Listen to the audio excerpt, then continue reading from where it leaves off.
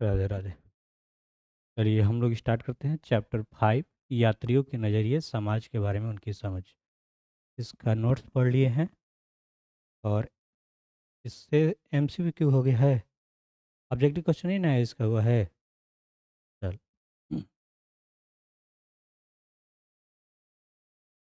पहले देख लीजिए किताब क्या क्या लिखा है। महिलाओं और पुरुषों ने कार्य की तलाश में प्राकृतिक आपदाओं से बचाव के लिए व्यापारियों, सैनिकों, पुरोहित तथा तीर्थ यात्रियों के रूप में या फिर साहस की भावना से प्रेरित होकर यात्राएं की हैं। वे जो किसी नए स्थान पर आते हैं अथवा बस जाते हैं, निश्चित रूप से एक ऐसी दुनिया को समक्ष पाते हैं जो भूदृश्य या भौतिक परिवेश के संदर्भ में साथ ही लोगों की प्रथाओं, भाषाओं, अवस्था तथा व्यवहार में भिन्न होती है। चैप्टर का नाम ही है, क्या नाम है इसका? यात्रियों के नज़रिए। तो यात्री कौन होते हैं? जो कोई एक स्थान से दूसरे स्थान पर जाता है।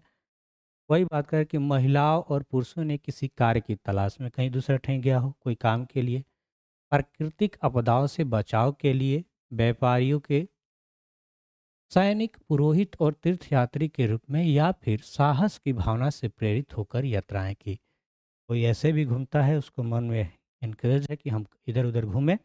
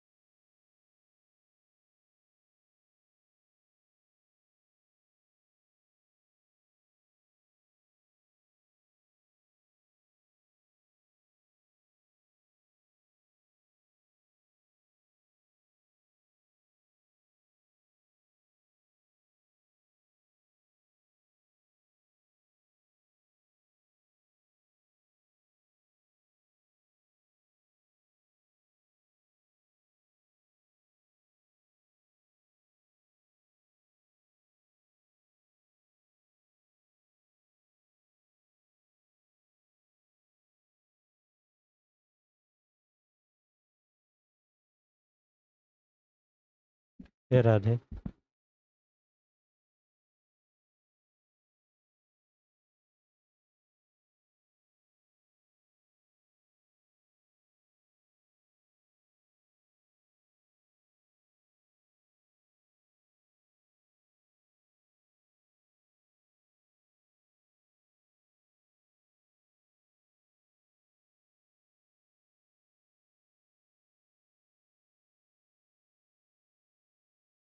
यहाँ पे 3 बात ये याद रखेंगे।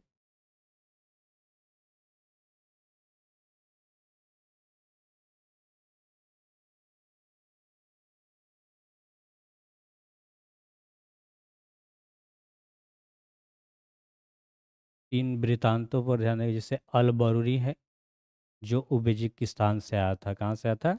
उज़्बेकिस्तान से। इब्न बतूता 14वीं शताब्दी में आया था मोरक्को देश से। कहाँ से? मोरक्को से।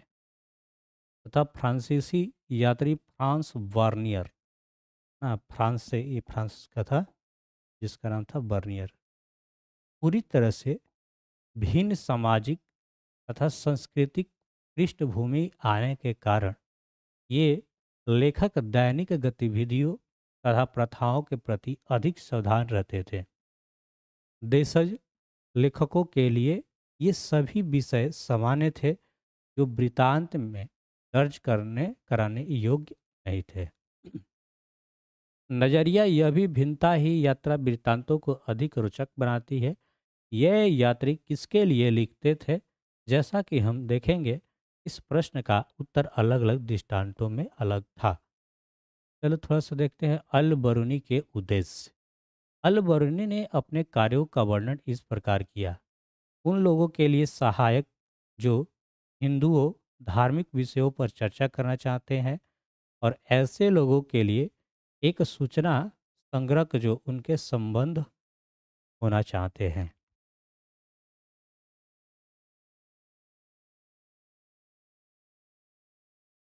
अल बरूनी एक किताब था, का नाम था किताबुल हिंद। किताबुल हिंद किसने लिखा है? तो अल बरूनी।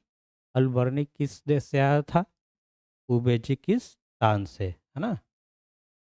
अल बरूनी का जन्म आधुनिक उज़्बेकिस्तान में स्थित ख्वारिज़्म में सन 973 ईस्वी में ख्वारिज़्म शिक्षा का एक महत्वपूर्ण केंद्र था, और अल बरूनी ने उस समय उपलब्ध सबसे अच्छी शिक्षा प्राप्त की थी।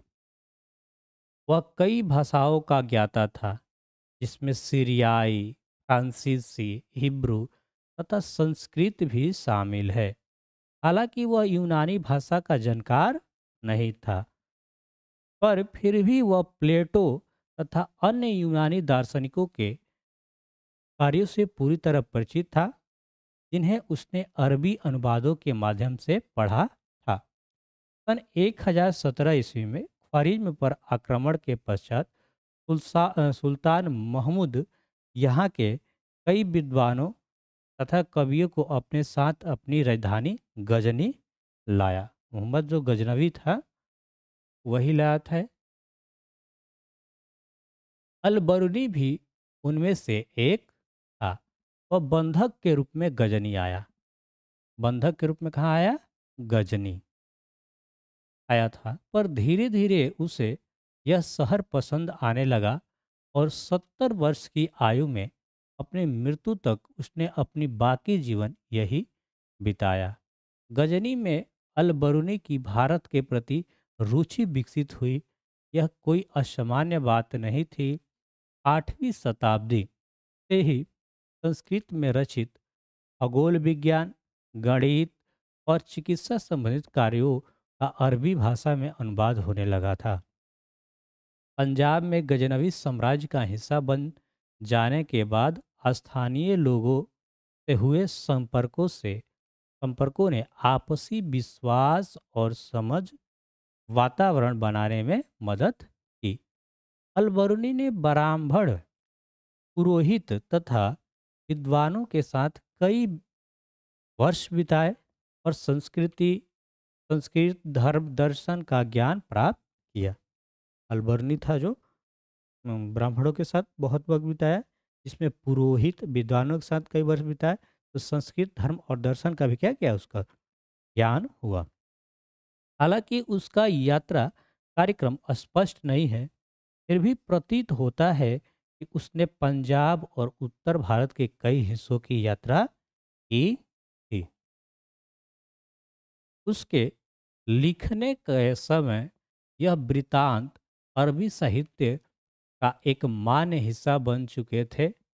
ये वृत्तांत पश्चिम में सहारा रेगिस्तान से लेकर उत्तर में वोल्गा नदी तक फैले क्षेत्रों से संबंधित थे। हालांकि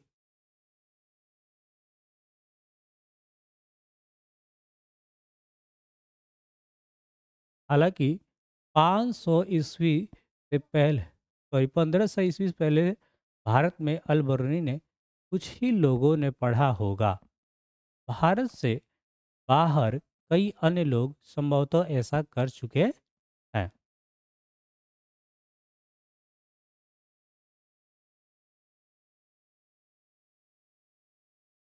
अब पढ़ेंगे हम लोग किताबुल हिंद। और किताबुल हिंद कौन लिखा था? किताबुल हिंद किसने लिखा है? अल-बरूनी। चलिए, हिंदू। ये हिंदू शब्द लगभग छठी 5वीं शताब्दी ईसा पूर्व में प्रयुक्त होने लगा। एक प्राचीन फारसी शब्द जिसका प्रयोग सिंधु नदी के पूर्व के क्षेत्र के लिए था। हिंदू कैसे इस्तेमाल होने लगेगा? तो छठी शताब्दी ईसा पूर्व एक प्राचीन फारसी शब्द है। हिंदू क्या है? एक प्राचीन फारसी शब्द है जिसका प्रयोग सिंधु नदी के लिए होता था। सिंधु नदी है, उसके लिए क्या होता था प्रयोग? सिंधु, जिसे पूर्व के क्षेत्रों के लिए होता था, से निकला था। अरबी के लोगों ने इस फारसी शब्द को जारी रखा और इस क्षेत्र को अलग अल हिंद अल हिंद तथा यहाँ के निवासियों को हिंदी कहा। क्या कहा? हिंदी। इधर जो रहते थे उसको हिंदी हिंदी कहता था। कालांतर में तुर्कों ने सिंधु के पूर्व में रहने वाले लोगों को हिंदू क्या कहने लगे? हिंदू। उनके निवास क्षेत्र हिंदुस्तान तथा उनकी भाषा हिंदी का नाम दिया। इनमें कोई भी शब्द लोगों की धार्मिक पहचान का घोतक नहीं था। इस शब्द का धार्मिक संदर्भ में प्रयोग बहुत बाद की बात है ना। कहता ना कि हिंदू हिंदू है, ये ऐसा कोई परिणाम नहीं था, ये धर्म घोतक नहीं था। आगे बढ़ते हैं। कर किताबुल हिंद अरबी में लिखी गई अल बरूनी की कृति किताबुल हिंद की भाषा सरल और अस्पष्ट है। यह एक विस्तृत ग्रंथ है जो धर्म, दर्शन, त्योहार, खगोल विज्ञान, कीमिया, रीति रिवाजों तथा प्रथाओं, सामाजिक जीवन, भार तौल तथा मापन विधियों, मूर्ति कला, कानून, मापतंत्र, विज्ञान आदि विषयों के आधार पर 80 अध्यायों में विभाजित है। किताबुल हिंद कितने अध्यायों में विभाजित है? तो 80 अध्यायों में विभाजित है। सामान्यतः, हालांकि हमेशा नहीं, अल बरूनी ने प्रत्येक अध्याय में एक विशिष्ट शैली का प्रयोग किया, जिसने आरंभ में एक प्रश्न होता था, है ना। ये कल बात पढ़े थे हम लोग कि इसमें क्या होता था, प्रश्न उत्तर के माध्यम से ये बुक थी। फिर संस्कृतवादी परंपराओं पर आधारित वर्णन, अंत में अन्य संस्कृतियों के साथ तुलना। ऐसा ही बुक था कि पहले एक प्रश्न होता था, उसके बाद उसके बारे में वर्णन, फिर लास्ट में जो होगा अन्य संस्कृतियों से क्या होगा, तुलना होगा।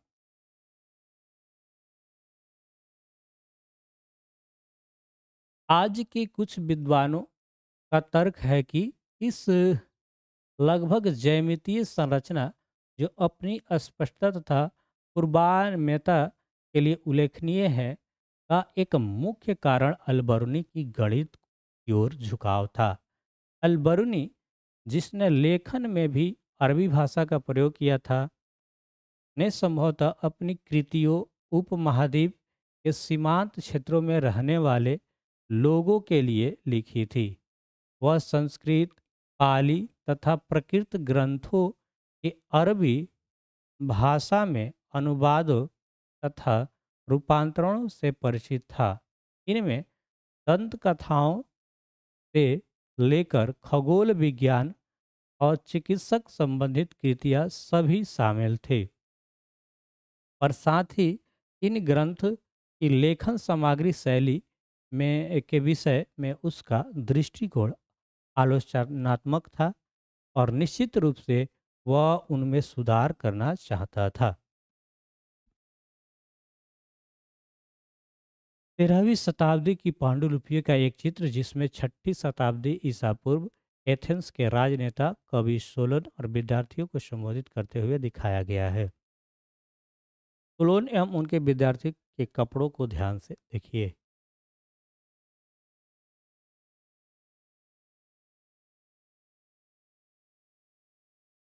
इबन बतूता, अब किसका पढ़ना हम लोग को?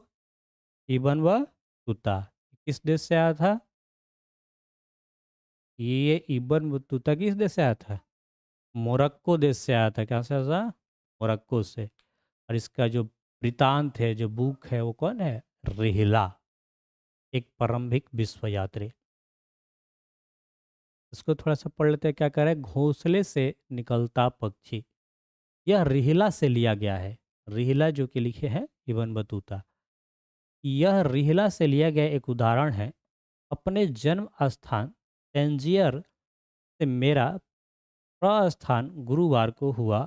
मैं अकेला ही निकल पड़ा, बिना किसी साथी यात्री या कारवा के जिसकी टोली में मैं शामिल हो सकूं। लेकिन अपने अंदर एक अधि प्रभावी आवेग और इन प्रसिद्ध पुण्य स्थानों को देखने की इच्छा, जो लंबे समय मेरे अंतःकरण में थी, से प्रभावित होकर इसलिए मैंने अपने प्रियजनों को उड़ जाने का निश्चित दृढ़ किया और अपने घर को ऐसे ही छोड़ दिया जैसे पक्षी अपने घोंसले को छोड़ देते हैं। उस समय मेरी उम्र 22 वर्ष की थी। इबन बतूता 1354 में घर वापस पहुंचा और अपनी यात्रा प्रारंभ करने के लगभग 20 वर्ष बाद 20 वर्ष बाद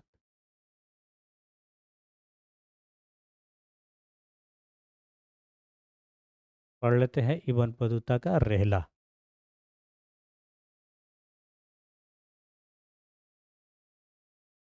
चलिए देखेंगे। एक आरंभिक विश्व यात्री।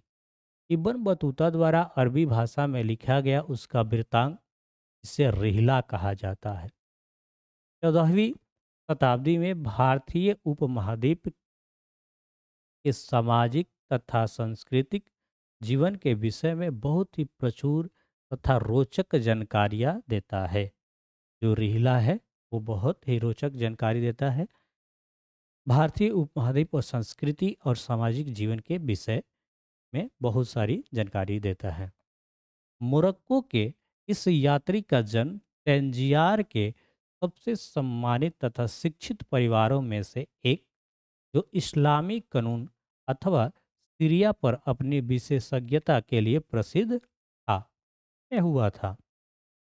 अपने परिवार की परंपरा के अनुसार इब्न बतूता ने कम उम्र में ही साहित्यिक तथा शास्त्र रूढ़ शिक्षा हासिल की।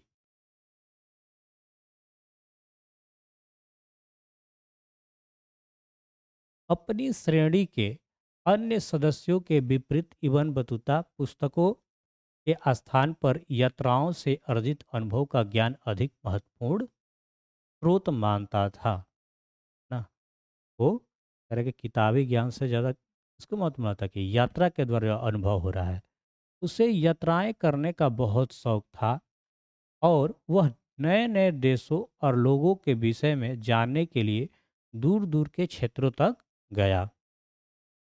1332-33 में भारत के लिए प्रस्थान करने से पहले वह मक्का का तीर्थ यात्राएं, सीरिया, इराक, फारस, यमन, ओमान तथा पूर्वी अफ्रीका के कई तटीय व्यापारिक बंदरगाहों की यात्राएं कर चुका था। यानी भारत आने से पहले वो ये यात्रा कर लिया था मक्का का, सीरिया का, इराक का, फारस का, यमन का, ओमान का और पूर्वी अफ्रीका के कई तटीय व्यापारिक बंदरगाहों की यात्रा कर चुका था। मध्य एशिया के रास्ते होकर इब्न बतूता 1333 ईस्वी में स्थल मार्ग से सिंध पहुंचा। सिंध बोले तो वही हिंद, हिंदुस्तान। उसने दिल्ली के सुल्तान मोहम्मद बिन तुगलक MBT के बारे में सुना था और कला और साहित्य के एक दयाशील संरक्षक के रूप में उसकी ख्याति से अधिक आकर्षित हो इब्न बतूता ने मुल्तान और कच्छ के रास्ते होकर दिल्ली की ओर प्रस्थान किया। सुल्तान उसकी विद्वता से प्रभावित हुआ और उसे दिल्ली का काजी यानी न्यायाधीश नियुक्त किया। मोहम्मद बिन तुगलक ने इब्न बतूता को क्या नियुक्त किया? न्यायाधीश नियुक्त किया। ये दोनों में गड़बड़ होगा।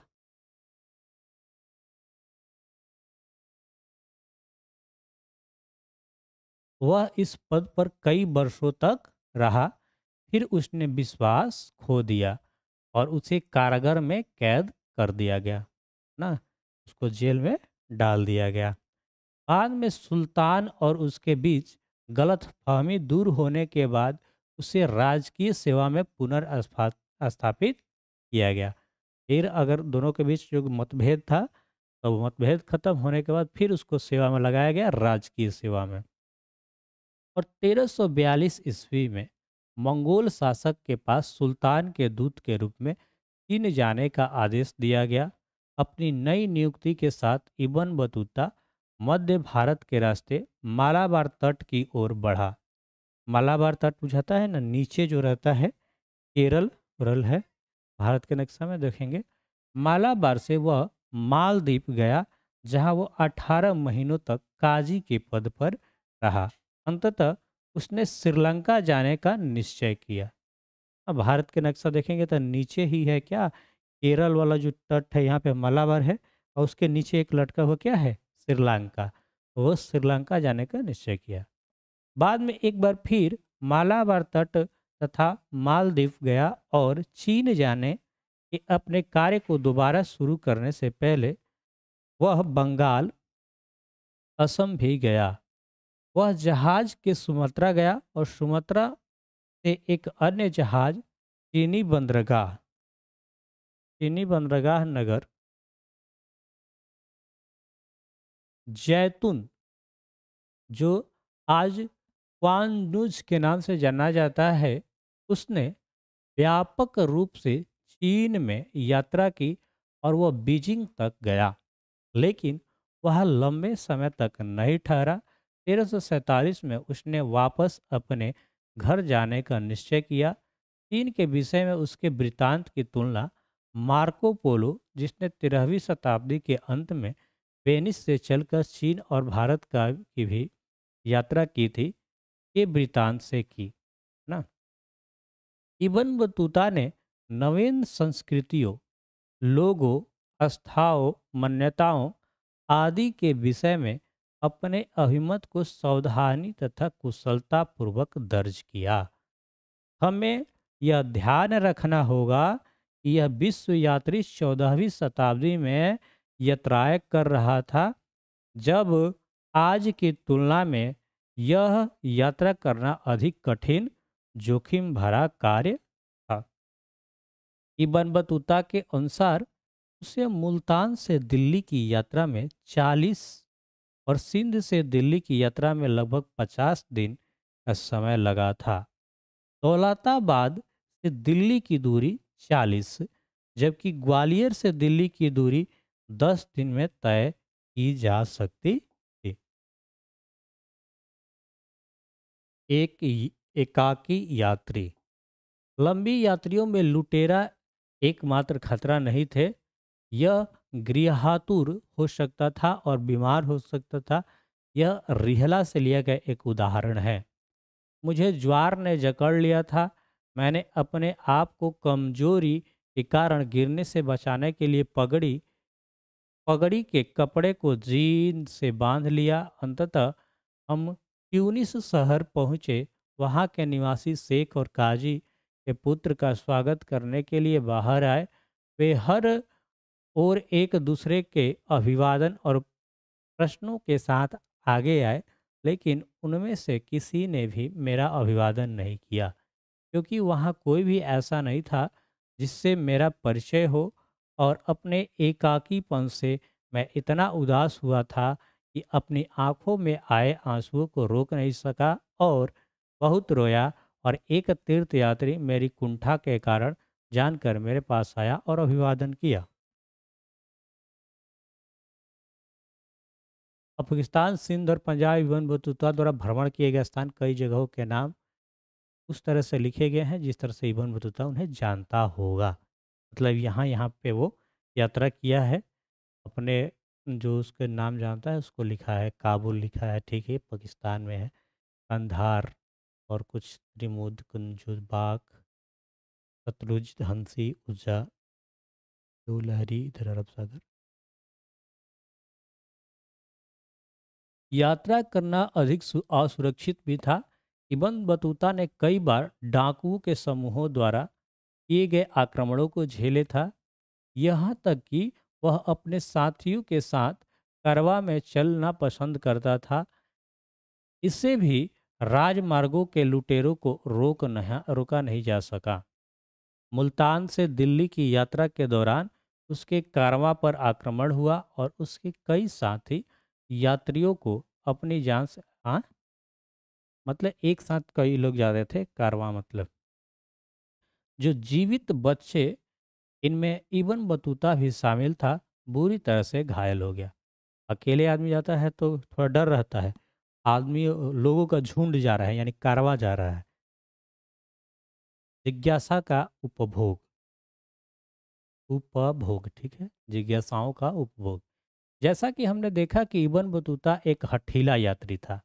ये बात कल भी पढ़े थे, क्या पढ़े थे कि वो एक हठीला यात्री था, क्योंकि बार बार उसके साथ ऐसा घटना हो रहा था लूट वाला, फिर भी वो यात्रा करना नहीं छोड़ रहा था। जिसने उत्तर पश्चिमी अफ्रीकी में अपने निवास स्थान मोरक्को वापस जाने के पूर्व कई वर्ष तक उत्तरी अफ्रीका, पश्चिमी एशिया, मध्य एशिया के कुछ भाग, हो सकता है रूस भी गया हो, भारतीय उपमहाद्वीप, चीन की यात्रा की थी। जब वह वापस आया तो स्थानीय शासक के निर्देश पर उसकी कहानियों को दर्ज किया जाए। शिक्षा तथा मनोरंजन।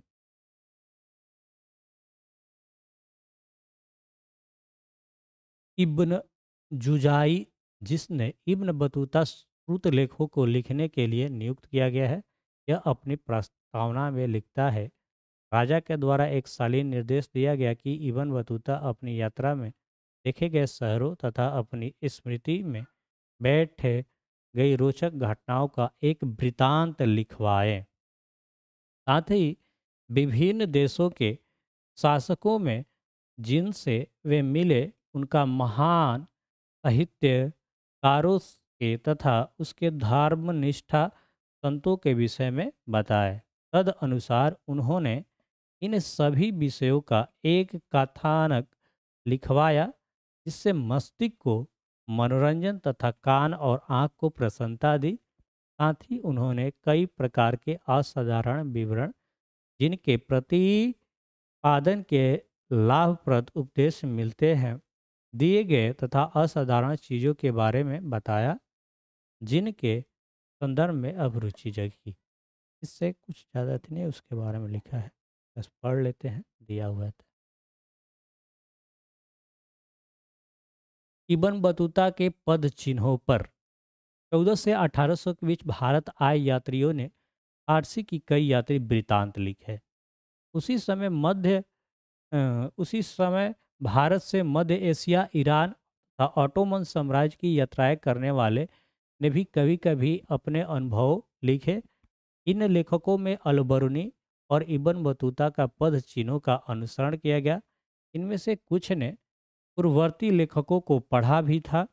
इनमें सबसे प्रसिद्ध लेखक अब्दुल रजाक समरकंदी, जिसने 1440 के दशक में दक्षिण भारत की यात्रा की थी, और मोहम्मद वाली बल्खी, जिसने 1620 के दशक में व्यापक रूप से यात्राएं की थी, तथा शेख अली हजीन, जो 1740 के दशक में उत्तर भारत आया था शामिल है। इनमें से कुछ लेखक भारत से सम्मोहित थे और यहाँ तक कि उनमें से एक महमूद बल्खी तो कुछ समय के लिए सन्यासी भी बन गया था। कुछ अन्य जैसे कि हाजिन भारत से निराश हुए और यहाँ की घृणा भी करने लगे। वे भारत में अपने लिए उत्सवी स्वागत की आशा कर रहे थे। उनमें से अधिकांश भारत को अचंभों के देश के रूप में देखा। हुँ? नहीं, अब आदमी है। हालाँकि 18वीं शताब्दी का एक चित्र जिसमें यात्रियों को आग के आसपास इकट्ठा दिखाया गया है। ये आग जल रहा है, ये सब यात्री हैं, ना?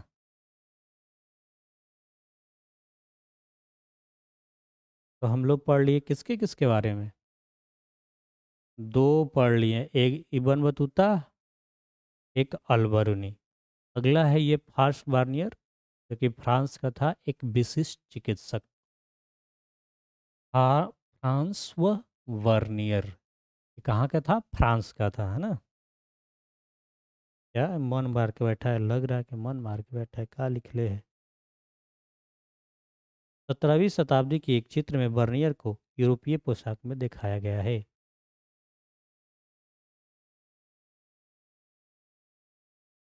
लगभग 1500 ईस्वी में भारत में पुर्तगालियों का आगमन के पश्चात उनमें से कई लोगों ने भारतीय सामाजिक रीति रिवाज तथा धार्मिक प्रथाओं के वृतांत विस्तृत वृतांत लिखे। उनमें से कुछ चुनिंदा लोग जैसे जेसुइट रोबर्टो नोबिली ने भारतीय ग्रंथों को यूरोपीय भाषाओं में अनुवादित भी किया।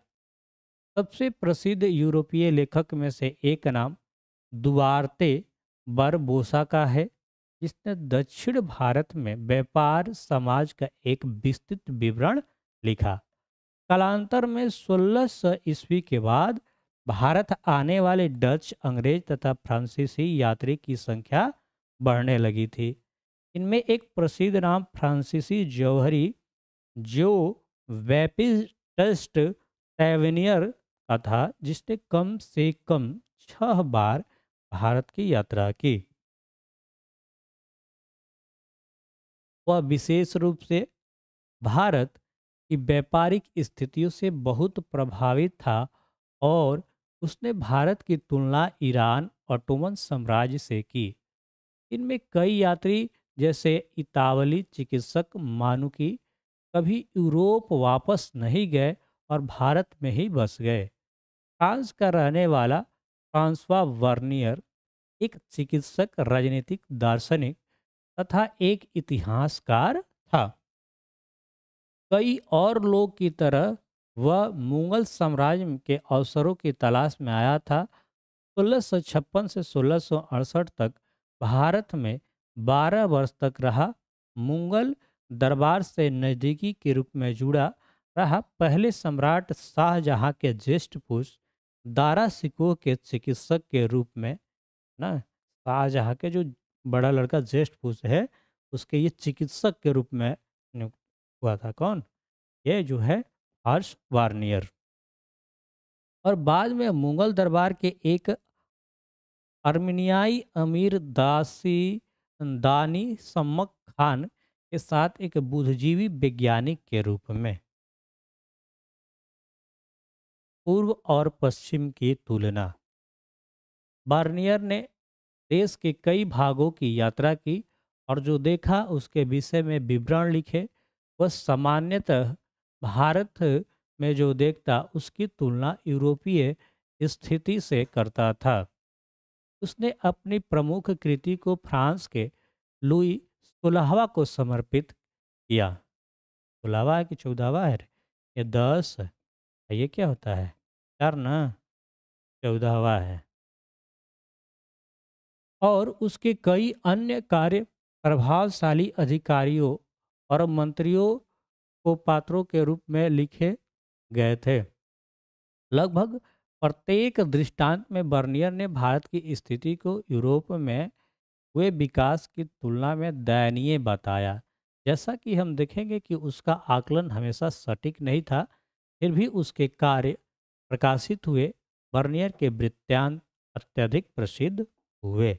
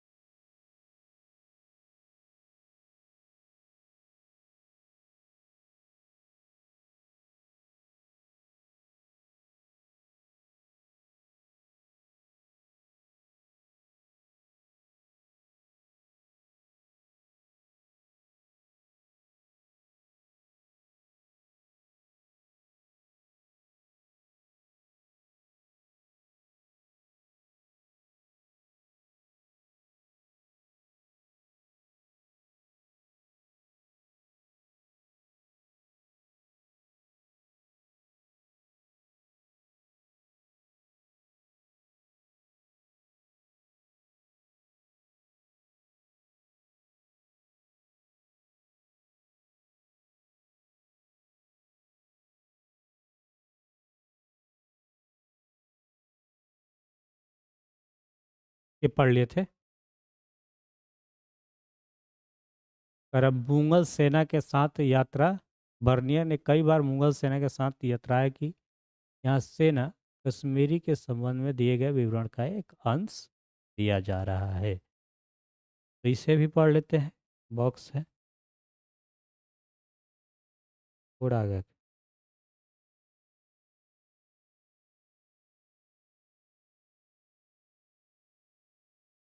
बर्नियर ने कई बार मुगल सेना के साथ यात्राएं की।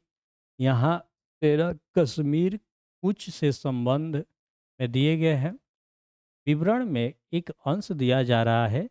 इस देश की प्रथा के अनुसार मुझसे दो अच्छे तुर्कमान घोड़े देखने की अपेक्षा की जाती है, और मैं अपने साथ एक शक्तिशाली फारसी ऊंट तथा चालक, अपने घोड़ों के लिए एक साइस, एक खाना मसामा तथा एक सेवक जो हाथ में पानी का पात्र लेकर मेरे घोड़े के आगे चलता है, फिर भी रखता हूँ।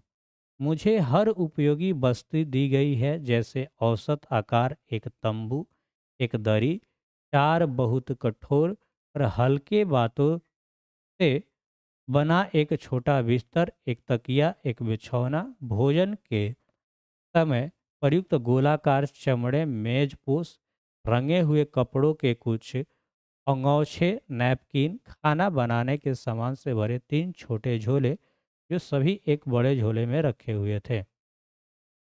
और यह झोला भी एक लंबे चौड़े सुदृढ़ दु- दोहरे बोरे अथवा चमड़े के पट्टों के बने जाल में रखा है।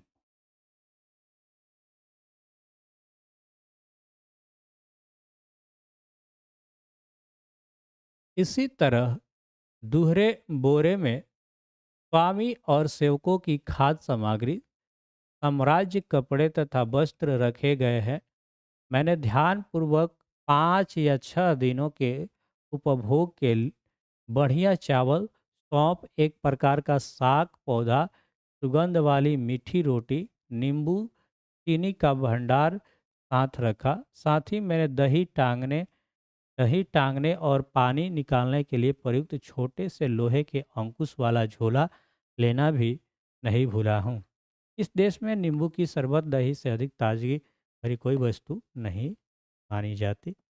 ये छोटा सा एक बात लिखा था, इसे देख लेते हैं।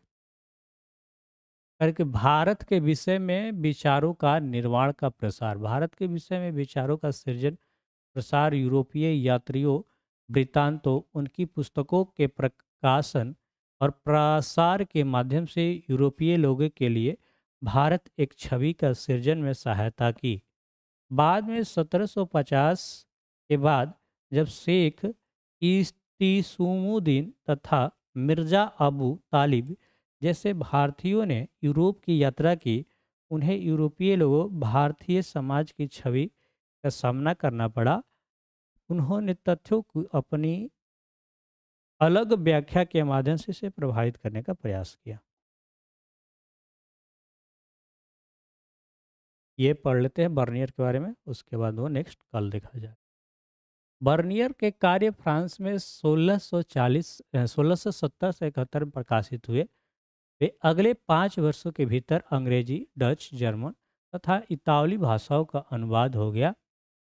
1670 और 1725 के बीच उसका वृत्तांत फ्रांसीसी में 8 बार पुनर्मुद्रित हो चुका था। 1684 तक यह 3 बार अंग्रेजी में पुनर्मुद्रित हुआ और यह अरबी और फारसी वृत्तांतों जिनका प्रसार हस्तलिपियों के रूप में होता था, जो 1800 के पहले समानता प्रकाशित नहीं होते थे, पूरी तरह विपरीत है। इस तरह से थोड़ा थोड़ा हम लोग तीनों पढ़ लिए हैं। अगला जो टॉपिक पढ़ेंगे वो ये पढ़ेंगे हम लोग, है ना। देख लो पेज नंबर 124, एक अपरिचित संसार की समझ, अल बरूनी की संस्कृति परंपरा। ठीक है, यहाँ तक रहने देते हैं।